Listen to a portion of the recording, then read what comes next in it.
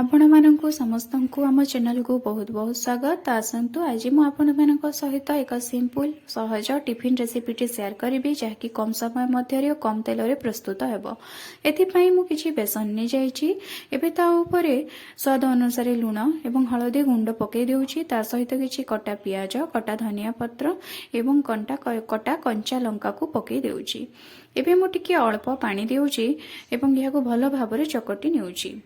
आपण एथिरे अल्प अल्प करिकी पानी देबे। जदि एका संगे अधिक पानी दे दियंती तो हमर बैटर टी पतला होई जिवो। देखंतु एही भली कंसिस्टेंसी आपण बैटर रो रखिबे। एबे हमें कोन करबा, एही बैटर को गोटे डायरेक्शन रे 7-8 मिनिट पर्यंत भलो भाबरे फेंटी चलीबा। एबे हमें गोटे पात्र रे टिके पानी नै जिबा ओ बैटर को टिके टिके करी पानी ऊपरे पकेबा। जदि आपनक बैटर टी पानी ऊपरे भासुची तो जानिबे आपनक बैटर भलो भाबरे फेंटी होईची। एबे मु किछि ब्रेड नै जाइची, एहाकू छोट छोट खंड करिकी कट करी नैची।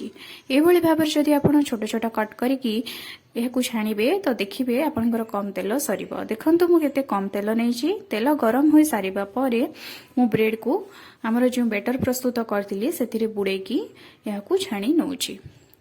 एभली भाबरे आपण तेल रे पके नेबे। तेल को आपण प्रथमे भलो की गरम करी नेबे। तापरे आपण गैस रो फ्लेम को मीडियम टू हाई रे ही रखिथिबे।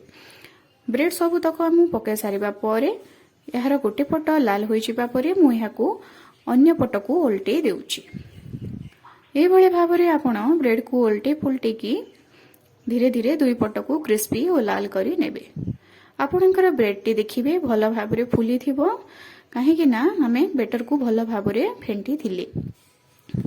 हमर ब्रेड पकोड़ा होई गलानी। एबे एहाकू काढी आनिबा। आपण एहाकू जे कोनोसी चटणी किंबा तरकारी सहित खाई परिबे। छुआ मानकर टिफिन स्नैक्स भाबरे मध्ये आपण एहा देई परिबे।